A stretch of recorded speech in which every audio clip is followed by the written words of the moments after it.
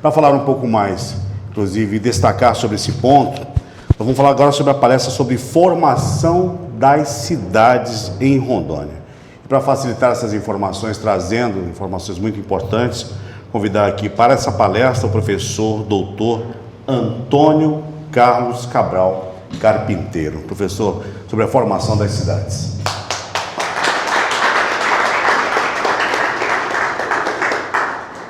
Boa tarde. É interessante a gente chegar num lugar e ver coisas que a gente plantou e a gente vê as coisas acontecendo hoje, né? Eu vim para Porto Velho em 71, recém-formado na Universidade de Brasília em arquitetura. Eu vim para cá para atuar na prefeitura. A prefeitura estava contratando, estava ainda licitando o plano de ação imediata, que foi o primeiro plano diretor para Porto Velho, né?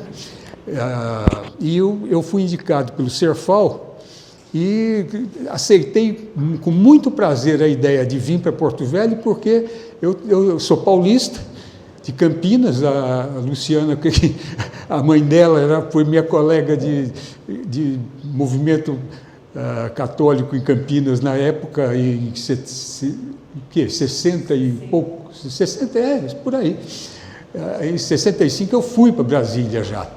Então, eu cheguei aqui em 71, indicado pelo Serfal para atuar na prefeitura, assessorar. O prefeito era o Odacir Soares, né?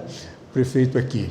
Ele morreu há pouco tempo, eu lamento muito a morte dele. Era uma figura muito importante aqui. Eu acho que ele teve um papel muito decisivo aqui em Brasília, né, o Odacir. Eu sei que eu desembarquei a pista já era do aeroporto atual, mas a estação de passageiros era um galpão de 12 metros de lado, de quadrado de 12 metros, coberto de telha de alumínio, e abrigava todo mundo que chegava aqui. Então a gente vê isso e vim conversar sobre desenvolvimento de Rondônia. É muito interessante porque muita coisa eu deixei plantada aqui, e quando o Edson me procurou em Brasília e levantou essa hipótese de falar sobre a formação de cidades, a última coisa que eu realizei aqui, né, em Rondônia, eu já tinha deixado a prefeitura quando eu fui contratado pelo governo do território para atuar num projeto do governo federal, da SUDECO, que estava fazendo o processo de formação de uma rede urbana, hierarquização de cidades e essa coisa toda, organizar o desenvolvimento, que era o preparo para Rondônia se tornar um estado. Isso foi em 77, 78 que eu atuei nesse projeto. Bom, então, para preparar essa coisa, eu acho que tem algumas coisinhas aí. O Edson levantou algumas questões aqui hoje, na fala, que eu acho que a gente precisa clarear teoricamente antes. Uma delas, ele me pede sempre, toda vez que ele me encontra, ele fala de distinguir o que é projeto e o que é plano, né? Na realidade, a palavra, eu vou pegar essa primeiro, e depois eu vou pegar aquele conceito de cidade que você gosta também de trabalhar, para a gente aí entrar na questão da rede urbana de Rondônia. Isso foi em 79, teve um Congresso Brasileiro de Arquitetos, foi o 10º Congresso, que foi em Brasília, e eu fiz um artigo chamado Planejamento e Política, sobre que foi a primeira coisa que eu escrevi, de fato, e foi em cima inteiramente da minha experiência. Não é um trabalho acadêmico, não tem nada de acadêmico, de citação, nem é um trabalho feito com a minha experiência, que eu entendia que era planejamento e o que era projeto. E isso é uma parte do artigo. Eu vou colocar só essa parte que o Edson faz questão de distinguir um pouco. Na realidade, eu falo que o planejamento é antecipação de ações visando um objetivo. A gente planeja fazer alguma coisa para chegar em algum lugar, em alguma coisa. A gente não percebe, mas o cérebro da gente faz milhões de vezes por dia, né? Quando a gente vai dar um passo, o cérebro ele processa o visual que a gente tem, e ele processa a distância e ele dá o passo certinho no peso. A gente não percebe que isso é um ato de planejamento e execução, né? Então, essa noção de antecipar e preparar é que faz a coisa. Então, eu falo que o planejamento se refere a esse desdobramento de ações diversas coisas para chegar a alguma coisa. E essa alguma coisa que se quer chegar é o projeto, né? Eu uso no artigo o exemplo da construção da casa, o projeto que o arquiteto faz, desenha com todos os detalhes, né?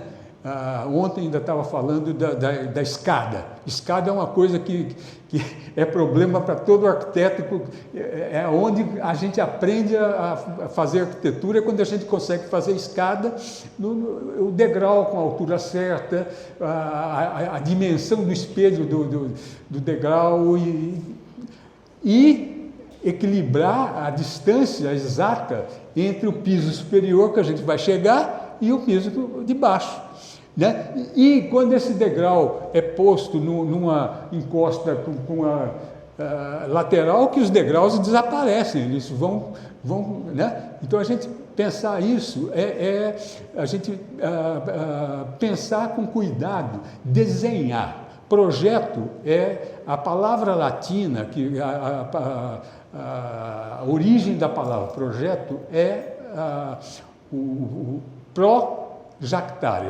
lançar, jogar, né, jactare, lançar à frente de alguma coisa. Então você desenha alguma coisa que não existe. Quando você faz o projeto de uma casa, você faz uma coisa que não existe, aquilo não é. Você faz no máximo um desenho no plano, num papel, né?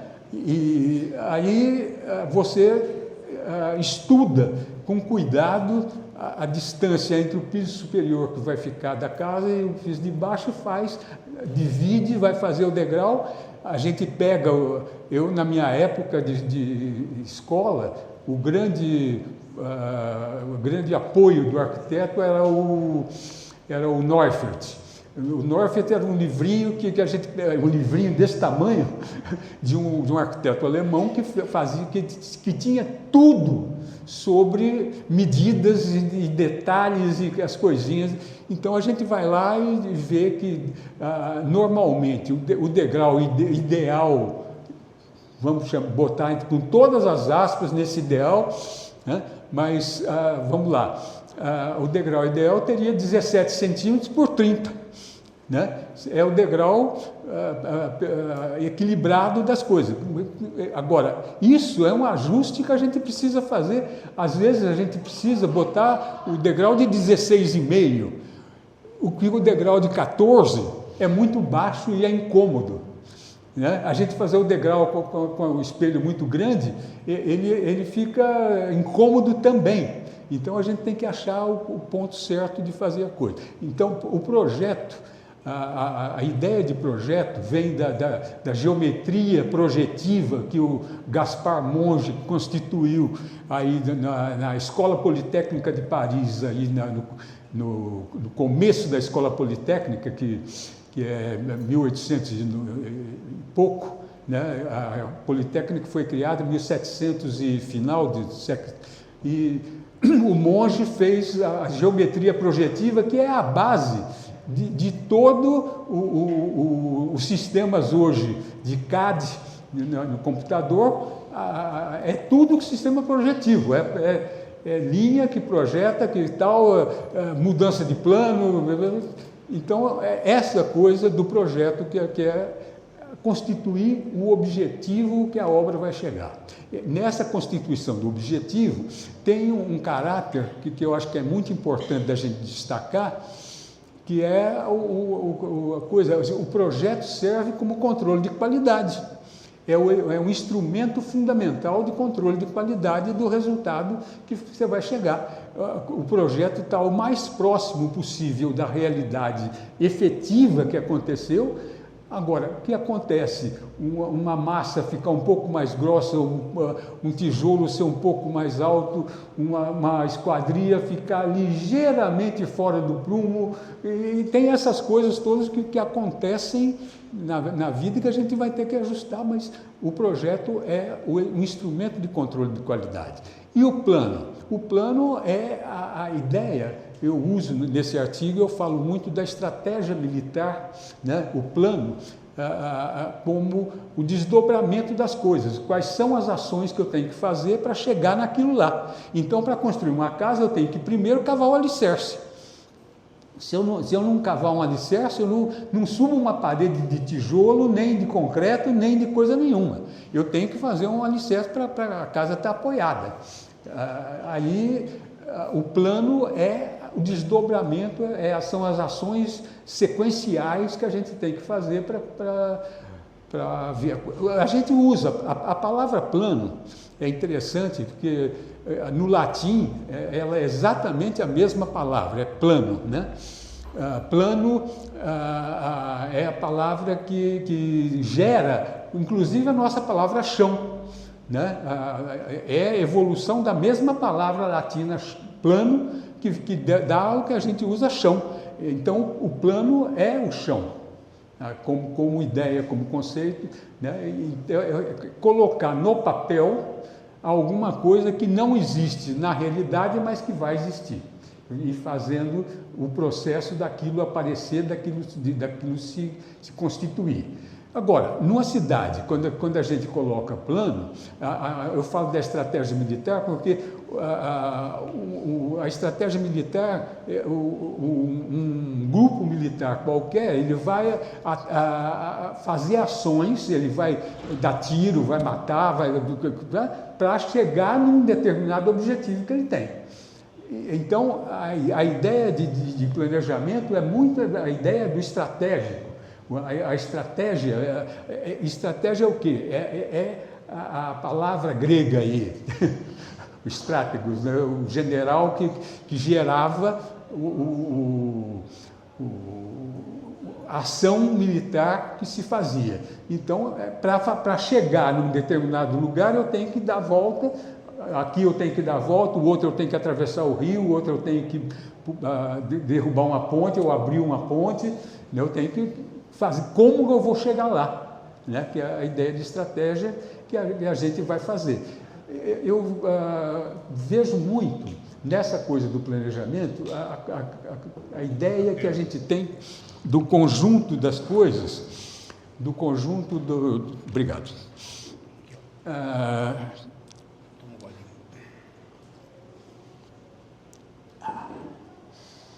Mas o conjunto das ações que a gente faz, ontem eu estava falando com o Edson, né? A gente pega, uma pessoa pega uma muda de uma árvore, né? Uma jaqueira, uma mangueira, né? Pega uma muda, que é uma coisinha pequenininha, com um tronco de 2 centímetros, quando muito, 1 centímetro, né?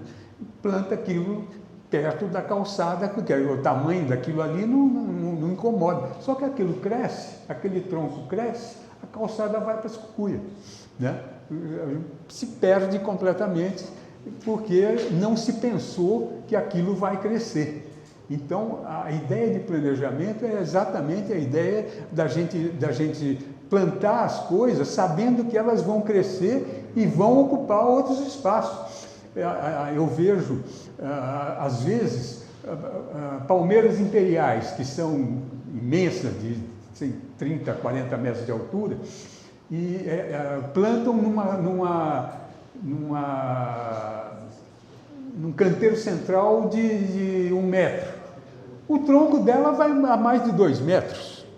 Ela ocupa a rua, né? Então, pensar que a coisa cresce, a coisa se modifica. Então, a gente planta com 2 centímetros, mas ela vai ficar com 2 metros, né?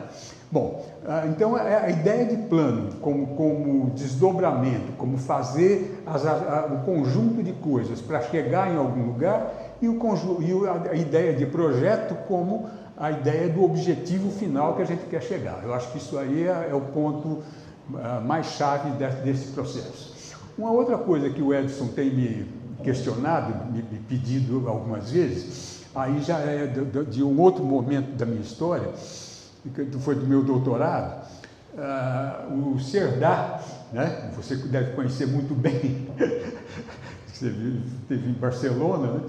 O Cerdá, ele escreveu uma teoria geral da urbanização, que é um catatal o primeiro volume, que foi o único que foi publicado, tem 1000 páginas, né? Foi o único que foi publicado, né? Ele nunca publicou o conjunto da teoria geral da urbanização que ele fez. Mas o Cerdá era um engenheiro de portos e canais que fez o plano de Barcelona na época, em 1850, por aí, fez o plano de Barcelona, depois ele fez o plano de Madrid também, e aí tem outras histórias. O Cerdá é maior do que isso. Mas ele tem, na introdução desse catatal todo, ele tem uma observação que ele fala, que ele chama o plano de Barcelona, que foi o primeiro que ele fez, ele chama de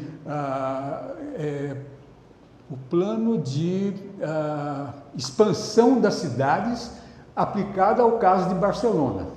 É a teoria da expansão das cidades aplicada ao caso de Barcelona. E o de Madrid, ele já tem um outro nome, porque Madrid ele já pegou uma cidade que já existia e ele fez algumas mexidas lá. E Barcelona eram 3 vilas praticamente, eram três localidades, e tinha muradas da Idade Média, aquela coisa toda, e que estava crescendo. O processo industrial da Europa, em 1850, estava crescendo muito. Bom, e ele fez, então, ele fala, né, nessa introdução, ele fala que esse processo de pensar a cidade exige que se ache um nome para isso. O que seria, né? Qual seria a palavra para designar isso aí? Aí ele pega uma coisa que só existe em espanhol e em português, ele fala, poderia ser a palavra povoação, poblação, né? A palavra povoação, mas povoação com o sentido de uma localidade, com o sentido de cidade, só existe em português e em espanhol. Não, bom, tem em catalão e tem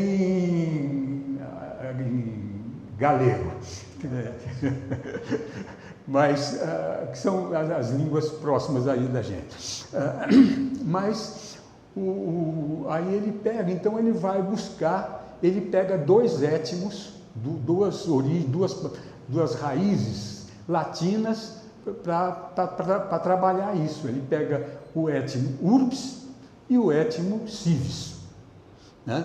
Bom, e no meu doutorado, eu peguei esse trabalho, eu peguei isso e falei, bom, mas só que aí está faltando um étimo que é grego, que é o polis, né? Que aí cada um tem um sentido, tem uma explicação. O étimo urbs, ele começa por esse, urbs, que a gente usa urbano, a gente usa uma série de coisas hoje. Urbs vem de um arado, era o nome urbum de um arado, era uma charrua sagrada, com a qual os romanos definiam um sulco e faziam determinavam um terreno sagrado do templo grego, do templo romano.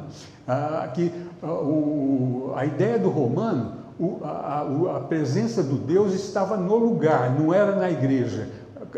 Para os cristãos, a igreja é a casa de Deus.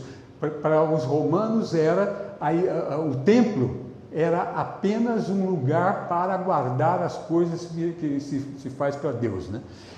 Porque Deus estava presente naquele local, era a localização que dava o caráter sagrado para o lugar, que era o que chamavam temenos no templo grego. E o urbs, o urbum, na tradição romana, a fundação de Roma, Rômulo pegou um arado desses, um urbum, traçou um sulco em torno do Monte Palatino.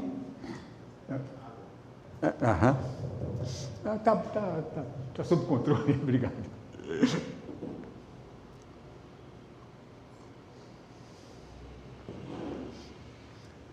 Mas, então, o Rômulo pegou o urbum, traçou um sulco e declarou aquele terreno sagrado. Naquele terreno sagrado se edificou Roma. É uma coisa do trágico da fundação de Roma, do mito trágico da fundação de Roma, que é exatamente o Remo pulou o círculo sem autorização do Rômulo e o Rômulo matou o irmão. A história de Roma começa com esse mito trágico da morte, do fratricídio, né? Bom, então urbum é que dá a origem da palavra urbano. Agora, a palavra urbano, a palavra urbs, os romanos só usavam exclusivamente para a cidade de Roma. Nenhuma outra cidade, nenhuma outra localidade, nenhuma outra povoação tinha o mesmo nome eles não usavam a palavra urbano para designar nenhuma das coisas. As pessoas não eram urbanas. Urbano era a construção. Urbis se refere em Roma exclusivamente à parte construída da cidade. Casa, ponte, rua, né, as coisas edificadas. Então, é um primeiro significado da coisa. A segunda coisa, ele pega o civis, né, que ele pega. Eu até gostaria de deixar o civis para o final, por causa a gente vai ver como é que. Porque o polis grego, aí que o Serdá não usa no raciocínio dele, a polis grega, a polis era uma entidade social puramente. A polis era a aglomeração das gens, que era a aglomeração das famílias. Então, eram as pessoas, a sociedade grega, que se organizava em gens e em polis que cultuavam o mesmo Deus.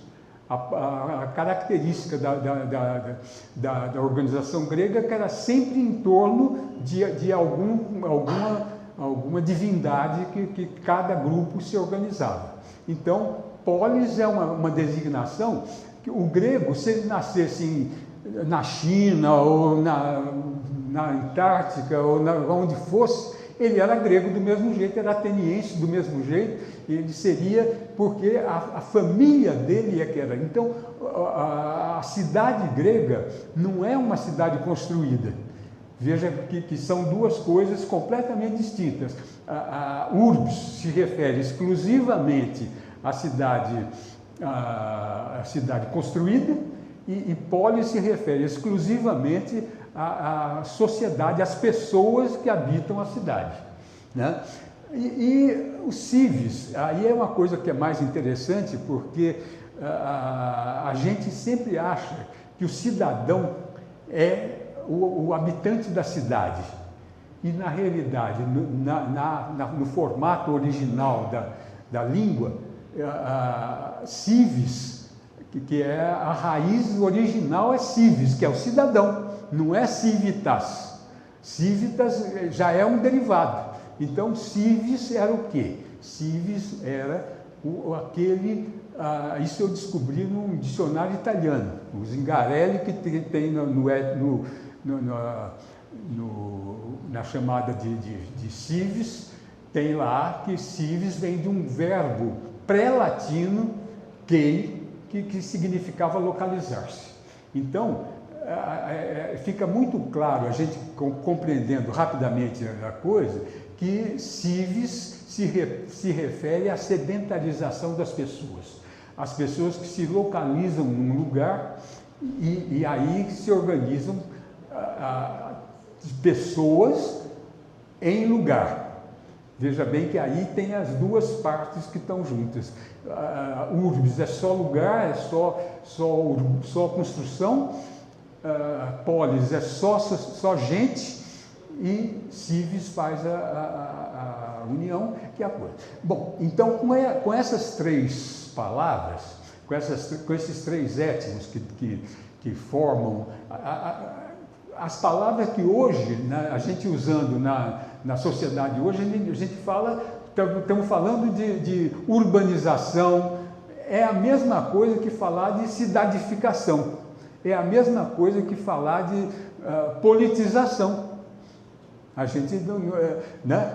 Então, política, polícia, metrópole vem de polis, urbano, urbanização, todas essas coisas que vêm do urbis, e tem o que vem da cidade, da civis, que gera a ideia de cidade, que faz a...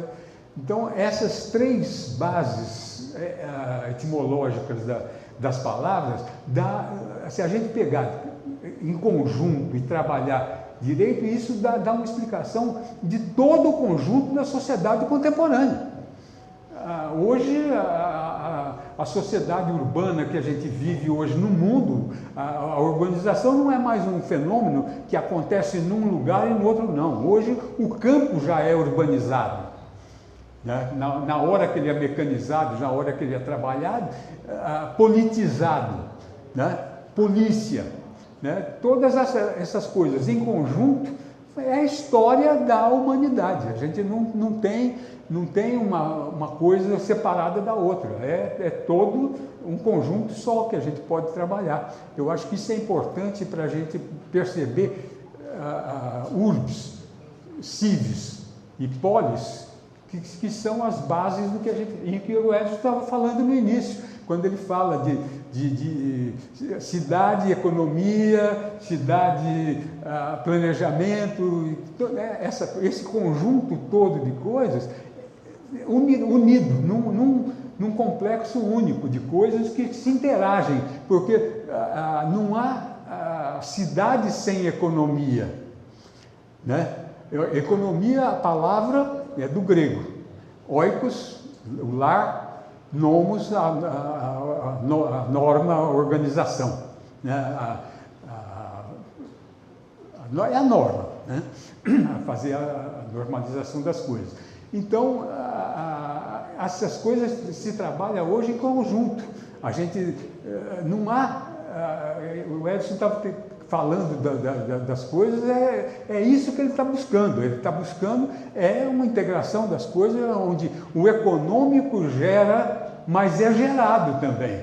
Porque na hora que você junta duas casas, né, você põe duas casas, já não é mais uma casa e uma casa. São duas casas que começam a ter necessidades maiores. E aí a noção de vida em conjunto, social, política, econômica, urbana, todo esse conjunto é uma coisa que uma coisa passa, não tem um limite da economia para a sociedade, não tem um limite da sociedade para o urbano, não tem um limite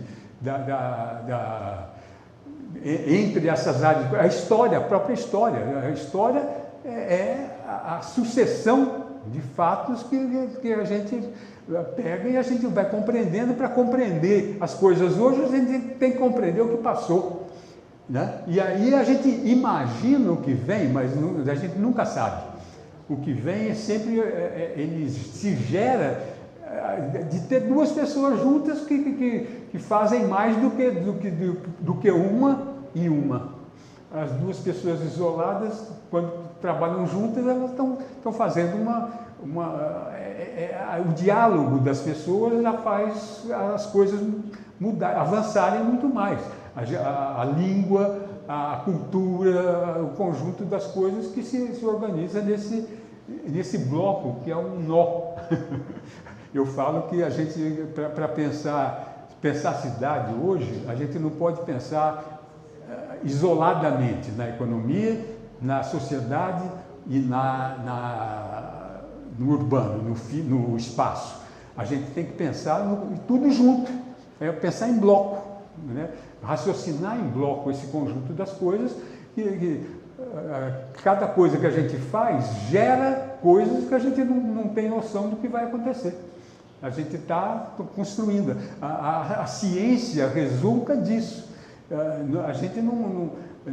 A ciência não apareceu do nada, ela veio da observação, né?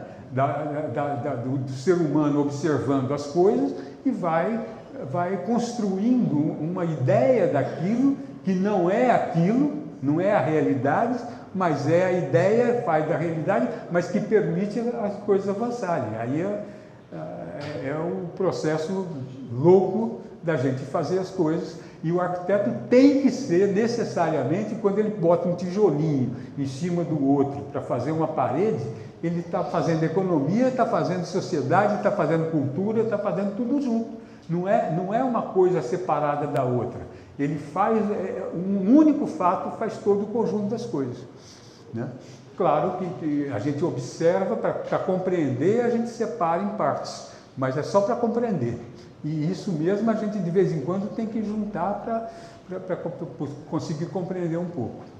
Bom, posto isso, o Lefebvre, que o Edson se manifestou e falou também, o Henri Lefebvre é um pensador francês. Ele tem uma obra muito, muito extensa, muito mais do que simplesmente o Direito à Cidade. O Direito à Cidade é um livrinho pequenininho, ele deve ter umas 100 páginas, 150, não é muito grande não. Ele escreveu em 67 e é uma das raras coisas no mundo que ele foi publicado em francês, no original, no começo do ano de 67, no fim do ano ele estava sendo publicado no Brasil em português. No mesmo ano, ele foi publicado em francês e português no Direito à Cidade, né? Mas o Lefebvre tem uma obra muito extensa de pensamento. Ele trabalha com Nietzsche, ele trabalha com a lógica dialética, ele trabalha com o cotidiano, a vida cotidiana, e a obra final dele, as obras finais dele são ligadas à filosofia do espaço. Ele escreveu a produção do espaço, La Production de l'Espace, que é um catatal também, mas que só foi traduzido para o inglês 20 anos depois que ele foi publicado em francês, pelo peso da obra. É uma obra de muito interesse, muito interessante. Eu cheguei a trabalhar e brincar com ela um pouco. Bom, vamos então botar o pé no chão e chegar em Rondônia.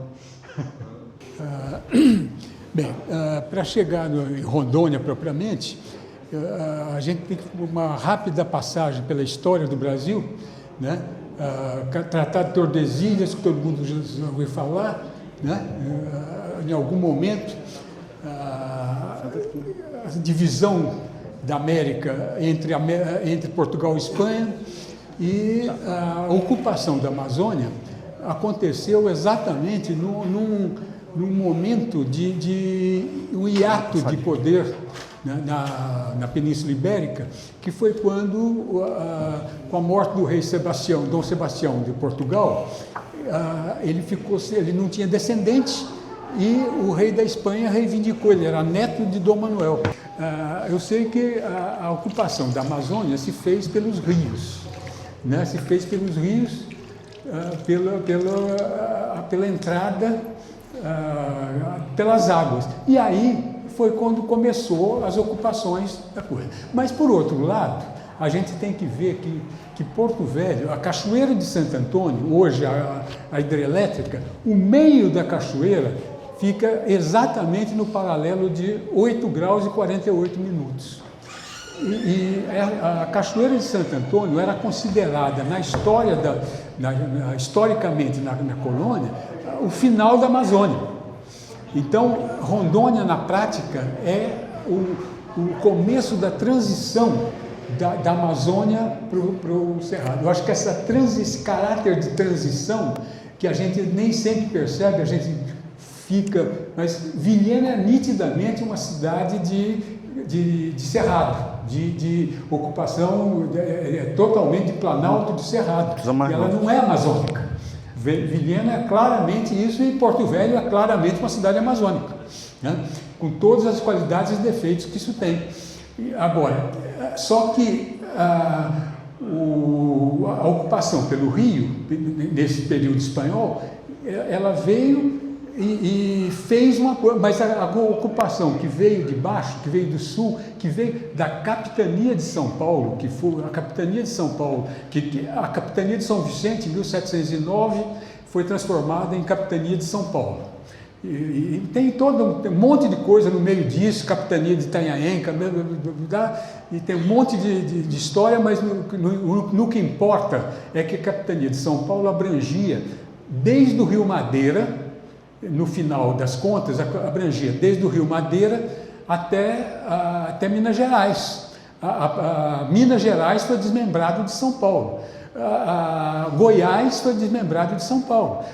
Mato Grosso foi desmembrado de São Paulo. Então, Rondônia é um ponto de chegada de duas linhas de ocupação. Esse caráter, eu acho que é muito importante da gente perceber, porque dá a medida do que aconteceu na década de 60, que acho que foi a grande ocupação de Rondônia, que aconteceu, a ocupação do Brasil. No fim das contas, foi em 60, a construção de Brasília, no centro do território, gerou uma interiorização que o Brasil nunca teve anteriormente, mas que juntou os cacos das áreas que eram autônomas quase. Belém, né, era uma coisa, tinha uma ligação com o reino.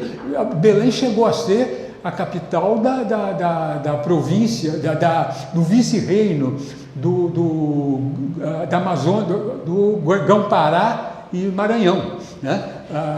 Belém chegou a ser capital de um vice-reino diferente do vice-reino do Brasil, que a capital era Rio de Janeiro, em 1763 que ficou isso. Bom, essa passagem histórica é só para a gente situar esse caráter duplo de coisa e esse caráter de transição que é físico,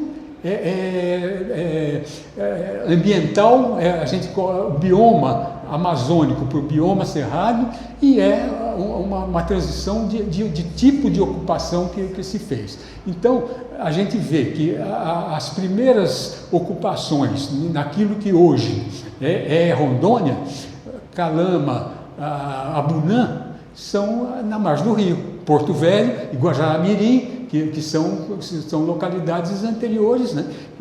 O Forte Príncipe da Beira, 1776, né?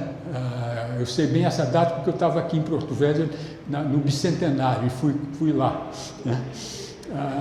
Então, 1776, o Forte Príncipe da Beira, que foi para demarcar a fronteira do Tratado de Madrid, que quando 1776 ele já tinha sido revogado, mas a fronteira brasileira que a gente tem hoje, basicamente ela foi feita no Tratado de Madrid.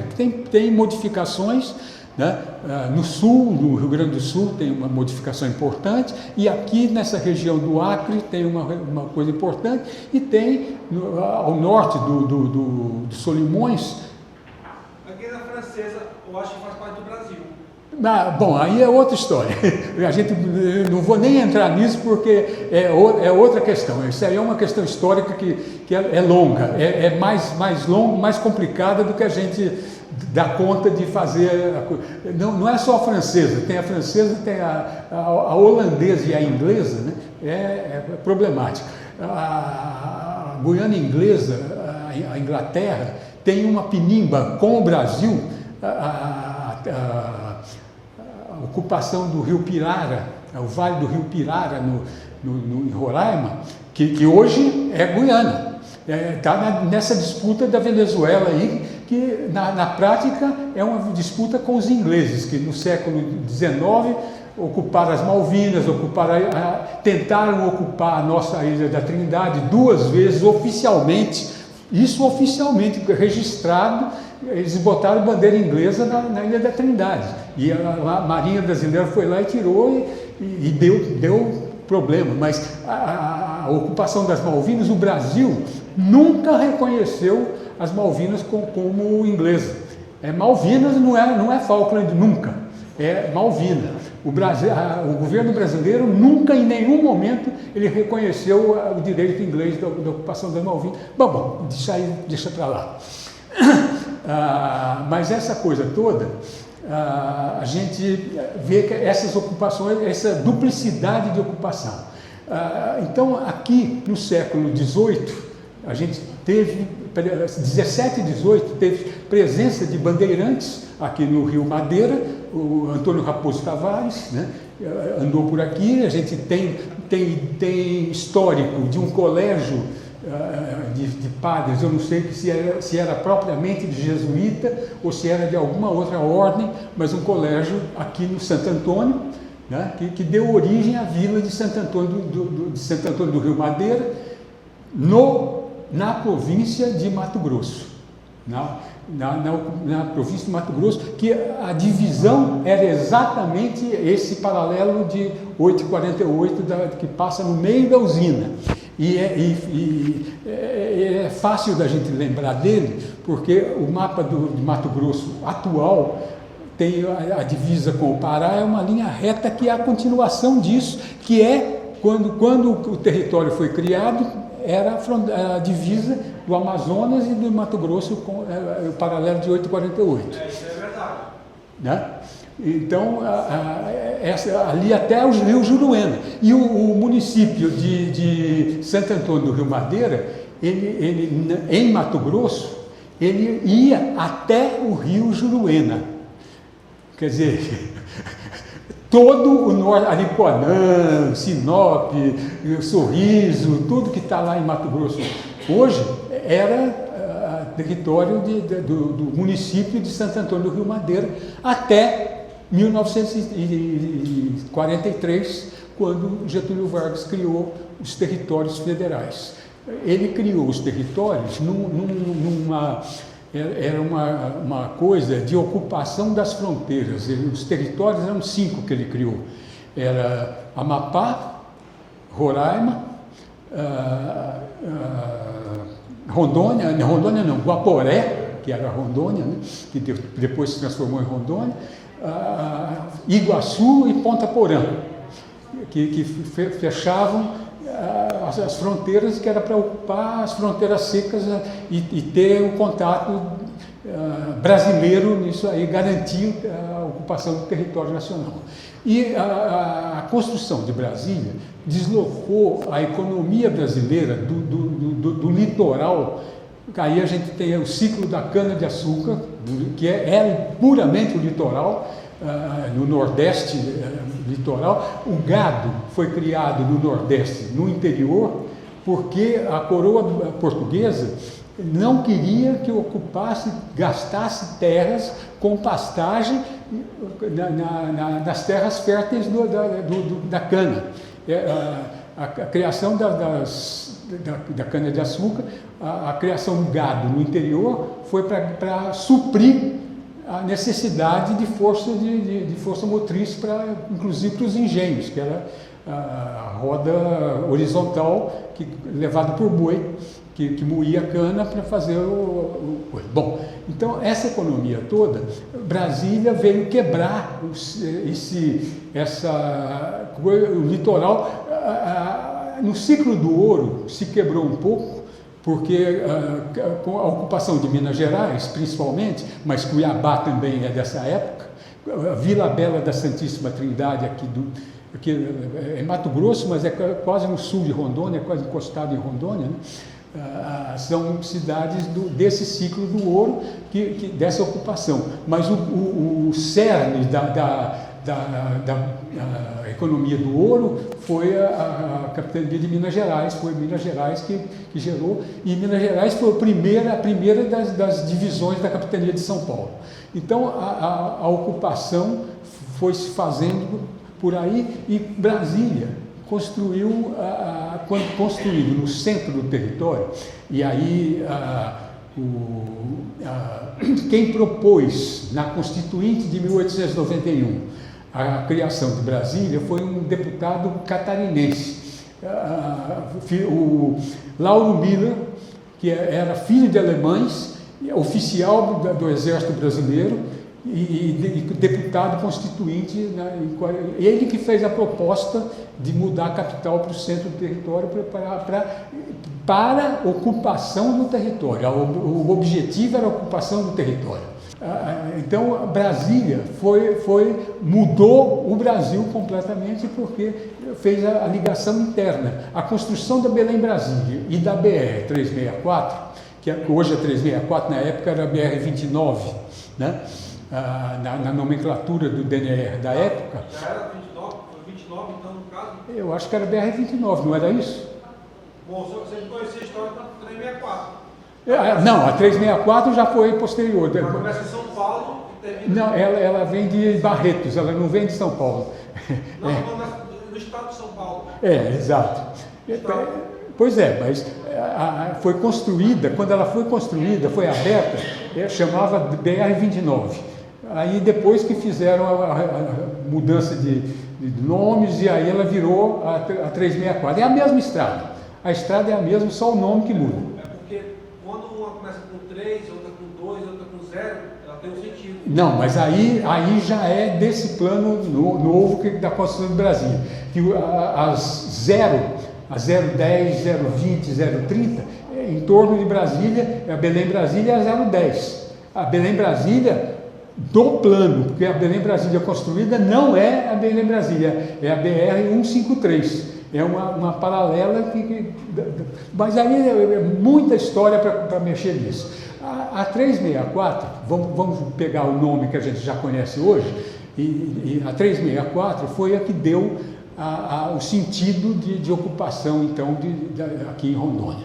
E ela abriu, com a abertura da BR-364, houve todo um deslocamento e uma puxada de ocupação, e inclusive se abriu um fenômeno econômico que se chama de fronteira agrícola, que na prática é um processo de reforma agrária com mudança de local, né? Eu peguei aqui, tinha muita estatística que a gente via, tinha muito migrante do Paraná, que era a segunda migração. Eles iam de Minas para o Paraná, do Paraná vinham para cá. Teve muito caso desse tipo de migração. Mas, de qualquer forma, a partir de 1960, se construiu essa coisa. A construção da estrada de ferro Madeira-Mamoré é um dado importantíssimo também nessa coisa toda, porque foi uma reivindicação da Bolívia anterior à própria Guerra do Pacífico. A Guerra do Pacífico na Bolívia foi em 1880. Ela perdeu o território para o Chile, Antofagasta, e o Peru perdeu Iquitos, Arica perdeu para o Chile, né? Foi quando o Chile se expandiu, mas também é história, mas é importante que a gente saiba, fechou o litoral da Bolívia. E a Bolívia passou a ter uma necessidade mais forte. Em 1853, a Bolívia tinha um projeto de construir um plano inclinado. Era uma estrada de ferro que o navio ia ser posto em cima de um vagão e descer as cachoeiras, esses 360 quilômetros das cachoeiras, num trilho, mas o navio em cima do trilho, para depois voltar para o rio. Mas isso não passou de projeto, Isso aí ficou só no projeto mesmo, inclusive porque a guerra depois mudou as coisas e a Bolívia passou a ter necessidade de utilização do Rio Madeira. É interessante a gente ver que a fronteira do Brasil com a Bolívia, o Rio Guaporé e o Rio Abunã, que é todo a fronteira de Porto Velho, de Rondônia com a Bolívia, o grosso é esse rio, mas o Rio Paraguai, ele desce paralelo à fronteira, mas ele não é nunca a fronteira, só tem um ponto, que é Puerto Soares, que é perto de Corumbá, que é o único porto que a Bolívia tem aberto para o Atlântico. Então tem geopolítica aí muito complicada que a gente precisa considerar. Mas a construção da Estrada de Ferro coincidiu com uma série de coisas que estavam acontecendo no mundo. A construção de estradas de ferro em vários lugares, o canal de Suez, 1890, por aí também sendo feito, o canal do Panamá sendo aberto em 1903, 1905, gerando a independência do Panamá como forma dos Estados Unidos ocupar a zona do canal, que o Panamá era parte da Bolívia, da Colômbia. Então, a Estrada de Ferro é uma coisa muito importante, que ela gerou um fluxo muito grande, as tentativas foram muito fortes de construção. Teve várias tentativas, grupos americanos, grupos ingleses, veio depois. A gente tem a tradição dos barbadianos em Porto Velho, mas não é só barbadiano que tem granadino, tem das Antilhas, os ingleses trouxeram mais gente nessa coisa. Os barbadianos são o grupo maior que ficou dessa coisa. Então, essa ocupação de Guajará-Mirim é muito importante da gente ver também. Agora, com a abertura da 364, a gente então tem o processo de deslocamento da fronteira agrícola, que o Paraná já estava sendo ocupado, já estava ocupado, já não tinha mais expansão possível da economia agrária no Paraná. Então foi feito, o INCRA fez os projetos de Rondônia em vários níveis.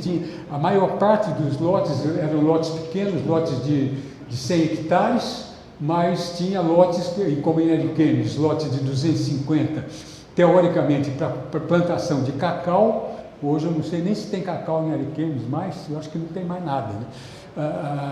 Tinha os lotes do projeto Corumbiara de 2.000 hectares para gado, já é na área do bioma de Cerrado de Rondônia.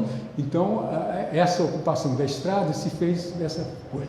Então nisso aí o governo federal, na década de 60, final da década de 60, começo de 70, começou a se preocupar com essa área e gerou. Eu vim para cá num processo que já era uma atitude deliberada do governo federal, no caso através do Banco Nacional de Habitação e do Serviço Federal de Habitação e Urbanismo, SERFAL, o BNH e o SERFAL, né?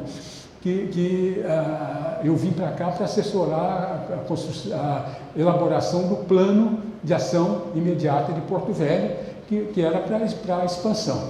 E, em seguida, o próprio governo federal incentivou e veio um bando de arquitetos de vários lugares, principalmente de Brasília, mas veio para Vilhena, o Costa Silva, Luiz Antônio Costa Silva, o Lafetá, o Jaime Almeida, o Cláudio Arantes. Eles vieram para cá, trabalharam em Cacoal, trabalharam em Pimenta Bueno, Vila Rondônia. Vila Rondônia tinha um paraibano que era engenheiro, era o Valdeci. Nesse mesmo projeto, a coisa era mais variada. Mas essa ocupação levou aqui, no governo do Coronel Guedes, que o governo do Coronel Guedes foi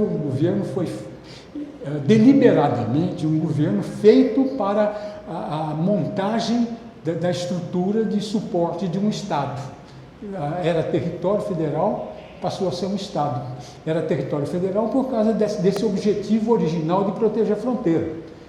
Tanto que a unidade militar mais importante aqui era o CEFAR, era o Comando de Fronteira Acre-Rondônia, né? Na época. Hoje não sei nem como é que chama. Pois é uma brigada, já tem um general, na época era um coronel. Então, foi uma política deliberada de planejamento. E aí eu participei desse planejamento, eu saí da prefeitura em julho, em final de outubro, o governo do território me contratou, eu com mais um cara de Belo Horizonte, Roberto Montemor, que coordenava o projeto pelo Sudeco, e a gente trabalhou junto nisso aí, e eu percorri todo o que era o território de Rondônia. Eu lembro que dos lugares que eu fui, Cerejeiras, perto de Vilhena, tinha 4 meses que estava abrindo, não tinha nenhuma casa definitiva construída, não tinha nada. A gente chegou para reconhecer o que existia, não tinha lugar para a gente almoçar. Foi numa casa, aliás, foi o melhor feijão que eu já comi na minha vida, feijãozinho novo, colhido na hora e cozido na hora, é uma maravilha. Eu não me esqueço desse feijão. Mas, então, essa política urbana criou uma hierarquia de núcleos para Rondônia. Porto Velho como capital, era o maior núcleo, na época Porto Velho, a cidade, tinha 50 mil habitantes. Segundo núcleo de peso seria Ji-Paraná, na época Vila Rondônia que chamava, né? A Vila Rondônia, que era o segundo nível. Terceiro nível tinha Ariquemes e Vilhena e Guajará-Mirim. Quarto nível tinha Espigão do Oeste, tinha algumas pequenas cidades, e tinha um quinto nível de coisas que praticamente não existiam, que era os núcleos de apoio rural, que você falou tanto dele, que se você pega a coisa, foi desse projeto que surgiu esse nome de núcleo de apoio rural, porque eram núcleos de pequeno porte, né? Então, esses núcleozinhos de apoio rural. E aí se organizou isso, e cada um tinha um tipo de investimento do governo federal em cima disso. O objetivo desse projeto, na prática, era financiar o asfaltamento da BR-364, que ela ia até Cuiabá de terra. Eu viajei umas 2 ou 3 vezes de ônibus daqui para Cuiabá, era um dia inteiro de viagem em terra. Eu não me arrependo de ter feito, não. Mas a gente... Eu cheguei a fazer essa viagem. Pois é. Então, essa ocupação gerou, aí abriu uma série de coisas, porque Costa Marques, por exemplo, já existia, era um desses pequenos núcleos. Mas Forte Príncipe, muito perto uma coisa da outra, né, eram isolados, eles só tinham acesso pelo rio ou por ar. Aí abriram que número que é? Eu não lembro, já é coisa que não é do meu tempo, eu não sei. Picadas. Abriram a estrada que hoje liga, acho que é Ji-Paraná com Costa Marques. É Vilhena, Colorado, né? Eu sei que liga e depois abriram outras coisas, Camixi, Pimenteiras, Rolim de Moura. Rolim de Moura é uma cidade hoje que tem importância, e na época não existia. Não é que era um núcleozinho, não existia, simplesmente. Isso em 78, 77, 78 já que eu atuei nesse projeto. E aí gerou essa ocupação de Rondônia que a gente está vendo hoje. Eu acho que isso aí dá um quadro do que foi a ocupação do território. O caráter de transição, né, da Amazônia para o Cerrado, o caráter de duplo acesso pelo sul e pelo norte, com características totalmente diversas um do outro, né? Rio, estrada e a implantação de um momento na construção da unidade nacional com Brasília. Aí se fez, se deu o que deu hoje, que é o que nós estamos aí hoje. Como era ser prefeito de Porto Velho? Olha, era complicadíssimo, porque o prefeito era nomeado pelo governador, o governador era nomeado pelo ministro, o território federal, institucionalmente, ele não era um ente, ele era uma dependência do Ministério do Interior. Pera um tiquinho, deixa eu... Era uma unidade orçamentária, né? É, unidade orçamentária, mas a prefeitura tinha todas as coisas, e a prefeitura tinha a Câmara. Então eu dizia que o prefeito era o poder sanduíche, ficava espremido entre o governador e a Câmara, né? A coisa que eu mais sofri na vida foi apanhar diariamente na Câmara Municipal de Porto Velho. Tinha vereador que ia lá na minha coisa e falava: olha, desculpa, mas eu tenho que sentar o pau em você, não tem jeito. Chegou a falar isso para mim. As histórias que a gente tem aqui de Rondônia são sempre complicadas. É o avô que veio para ser seringueiro no lugar, é o pai que veio para caçar não sei o quê. Eu sou nascido em Brasília e fui criado aqui em Rondônia. Pois é. Porto Velho. O Carmênio foi prefeito também? Camelo, que eu saiba, não. Carmênio. Carmênio, da Tábua do Cacique. Hã? Carmênio, da Tábua do Cacique. Não, Cabo do Cacique ele não foi prefeito, não. Que eu saiba, não. Tem a galerinha do relógio lá que Deixa eu só falar um pouco. Gente, em pesquisando a história de Rondônia, a gente encontra alguns casos de pessoas que ocuparam interinamente alguns cargos. E as interinidades, elas não eram muito bem definidas, até porque o território não tinha vice-governador, certo? Então, Tinha. Não, vice não, tinha secretário-geral do território. Tinha o vice-governador, o general, tinha o general, quando eu cheguei aqui em 71, o general Alencastro era vice-governador e o coronel Marcos Henriques era o governador. Porque, na verdade, professor, ele era secretário-geral, né? Bom, mas tinha o título de governador. Né?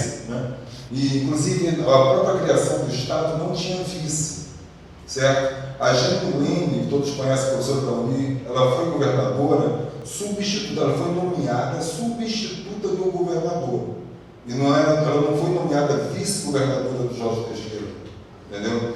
Então ela assumiu nessa... Então essa peculiaridade nossa, né, cria algumas brechas para algumas lendas de interinidade. Na verdade, não era um governo que era uma substituição eventual, né? Então nós temos, por exemplo, no caso da Revolução de 64, né, o governador, que era o Mafra, se não me engano, né, ele já estava no Rio de Janeiro, mas ele estava preso num navio já lá. Ele era do João Goulart, certo? E até que viesse para cá um governador nomeado, né, se abriu uma brecha, porque quem tinha exatamente o secretário-geral e depois o chefe de gabinete. Nisso daí, o Eudes Camponise acabou assumindo o governo interinamente, né? E sobre essa interinidade, né, efêmera do Eudes Camponise, que o Anacleonte Cury Gomes fez a Revolução de 64 aqui, sendo que o próprio Anacleonte se definia como agente da Revolução, nunca como governador interino, nem como nada, né? Então, diante desse quadro turbulento de 64, né, registra-se alguma atribuição de gestão municipal em que o Carmênio, né, como integrante da Câmara Administrativa, teria respondido eventualmente pela prefeitura. Na prefeitura, Edson. Mas não de ter sido prefeito, quando o Odacir, o coronel Guedes, tirou o Odacir imediatamente. Ele pediu o Odacir para entregar imediatamente o cargo, mas eu era o secretário de planejamento. E eu tinha o domínio da prefeitura, porque o Odacir tinha me passado isso explicitamente. Mas quem era o substituto do Odacir era o Dr. Leônidas Rachid Jaldi, que foi quem substituiu, foi quem, teoricamente, que me passou o cargo de prefeito. Sim, assumiu a função dele. Né? Então eram umas coisas mal definidas. Olha só, tem uma eu costumo contar um caso que eu cheguei em Ariquemes. Das primeiras vezes que eu fui lá, que era a vilazinha em torno do Telégrafo ainda, eu cheguei em Ariquemes, tinha um poço cavado num lugar lá, que era um criatório de mosquito. E se hoje Ariquemes está aí como capital mundial do tambaqui, naquela época era a capital mundial da malária. Aí tinha esse... E pertencia ao município de Porto Velho. Até Vilhena era município de Porto Velho. Vilhena era povoado. Vilhena era distrito de Vila Rondônia. Não era dentro do distrito de Vila Rondônia como povoado. Um lugar que estava com 5 mil habitantes. Na época, tem umas coisas... Mas eu cheguei lá, em Ariquemes, tinha um poço que era um criatório de mosquito. Aí, malária, aquela coisa, eu falei, fecha. Ah, doutor, mas isso aí quem abriu foi... Não foi... Fecha, depois a gente discute. Se eu fizesse isso hoje, eu saía dali diretamente para a cadeia. Eu não ia chegar em Porto Velho inteiro. Eu falei, fecha, vamos... as coisas eram mais fluidas, era muito mais... É por aí. Bom, acho que a gente agora tem que entregar a nossa história aqui.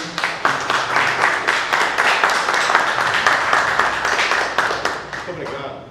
Eu quero agradecer ao professor Carpinteiro essa disposição que ele teve, gente de vir de Brasília, né, estar aqui com a gente esses dias. Amanhã nós vamos estar em Ariquemes. E sexta-feira vamos estar de volta aqui à tarde com o professor Carpinteiro, com o professor Rivoiro e com a professora Cidinha Zunin. Não vamos ter nesse primeiro módulo ainda o professor Joel Bombardelli, que ele viaja, vai para o Brasil, mas depois nós vamos ter uma disciplina do curso que será sobre interação e linguagem no planejamento participativo. O professor ele é contador e mestrado em engenharia de produção e doutorado em ciência da linguagem. Né? E a gente sabe que é fundamental essa questão da linguagem quando se fala em interação com a população. Então vai ser disciplina que o professor Geraldo Moreira vai ministrar com a gente. No mais, agradeço a todos. Os senhores vão receber os seus certificados digitais, né, de participação aqui. Aguardo todos sexta-feira no nosso curso, onde teremos a aula do professor Carpinteiro